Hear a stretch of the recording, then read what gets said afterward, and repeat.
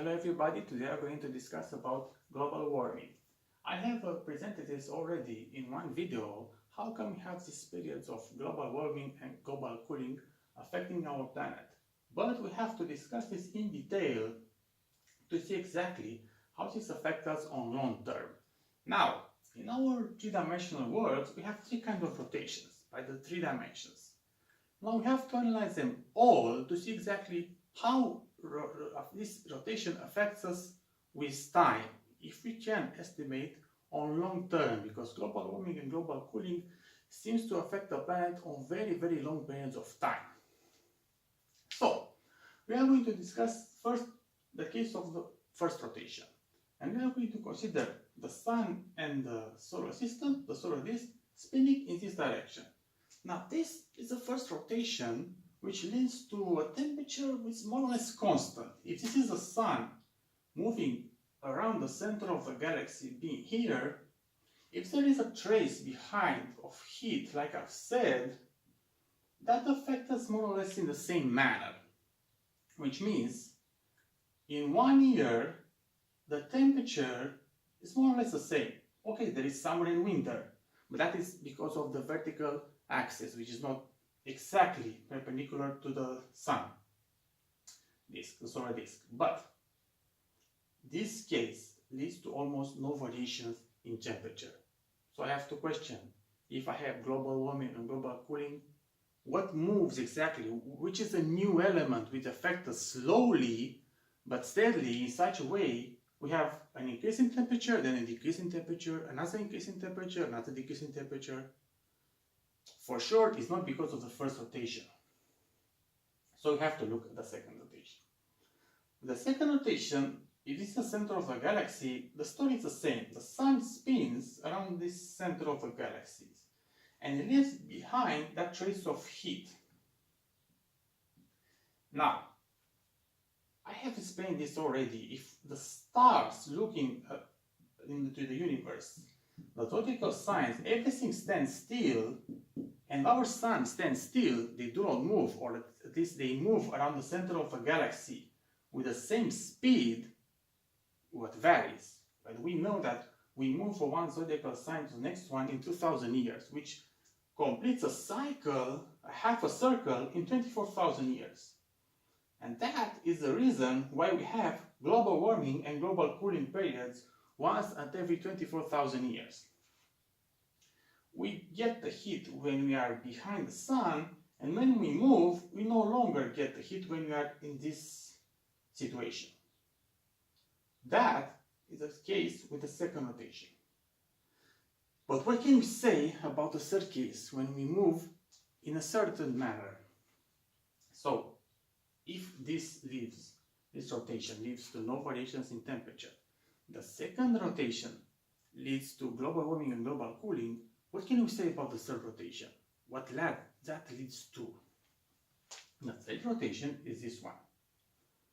So, what happens?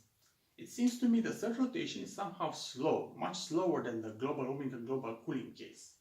So, when we have global warming and global cooling, the third rotation, moving the solar disk in this manner, doesn't affect us much, with the exception when we pass to this, let's say, certain angles, 30 degrees here and 30 degrees here, more or less.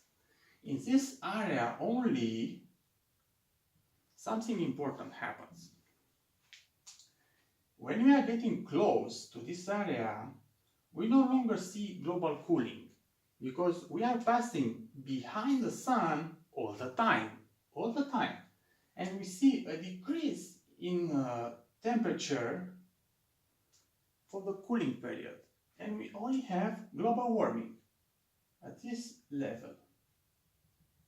Somehow the temperature remains high all the time, for thousands of years, for many cycles, and remains constant at this high level while we are passing to this period. When we are going out, we are starting to see small ice age, small cooling periods, but that very small. So once at every 24,000 years, we see a decrease in temperature, but not that much. After many cycles, when we are moving away, we see once again global warming and global cooling periods. which is this case only. We move with a very, very, very long loop.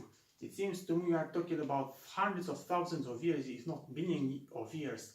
We should look back into our history to see we have had a period of long temperature and high temperature somehow for tens of thousands of years. I think we have had that, but it's difficult to measure its beginning and its end. This area and this area. If we will be able to measure that, we should somehow be able to say something about this period. How long does that take? To explain this better, we can do a little drawing, which you can do at your home. Now, this is the solar system, this is the sun, and this is the first rotation. I'm going to consider the center of a galaxy here, and this level with the stars of the galaxy. So, the first rotation spins us like this, and leads to no variations in temperature. The sun moves in this direction.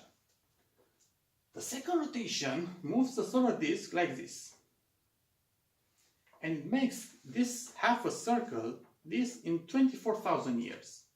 Right now we are behind the sun and it's very hot. 12,000 years from now we will be in this position.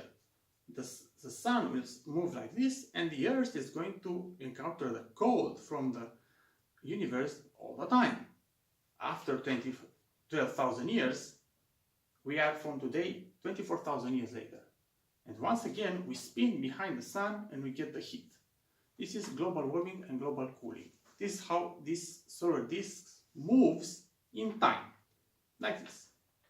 But the question is, if I have the third rotation, like this, spinning like this, how does that affect us? Well, that is a problem, because if I am spinning slowly, if I'm moving slowly, there is no differences. But as I am moving to this period only, when we are somehow at the vertical, there is a problem. Because somehow we are spinning behind the sun all the time. This is what happens. So in the result, although we should see global cooling, we can no longer see it because we spin behind the sun all the time. And this happens in this area. When we are out of this area, we see once again global warming and global cooling periods. Once again, I'm saying this only by looking at how spheres move into the universe, which is perfect random. Why would our planet spin behind the sun by a certain manner which is constant? Why should this be constant? Why would don't have the solar disk moving in all directions? I think we should have the solar disk move in all three-dimensional directions. And this is what's happening. But the movement is not always the same. Each planet moves with a certain speed for the first rotation, and the second rotation is 24,000 years for half a circle, and for the third rotation it's millions of years for half a circle. This is what affects our lives in long term, and that is why we can say on very, very long term we have periods of really global warming, continuous global warming, and then periods of global warming, global cooling. This is what I wanted to explain, and I think I have made this very clear, considering all the three-dimensional variation in this universe. Whatever affects variations in temperature at our surface, it might be in connection with the only trigger in our solar system which has heat, and that is the sun. It's the only element that varies in reality is the position of the planet regarding the sun. That is the only variable, nothing else. And we have global warming and global cooling periods only because the planet moves with the solar disk somehow differently among the ages. This is what I wanted to say, and I think the situation is like this. If you have some additional data or a system in a way to measure this kind of long loop, I'm looking for you to help this idea. Thank you for watching.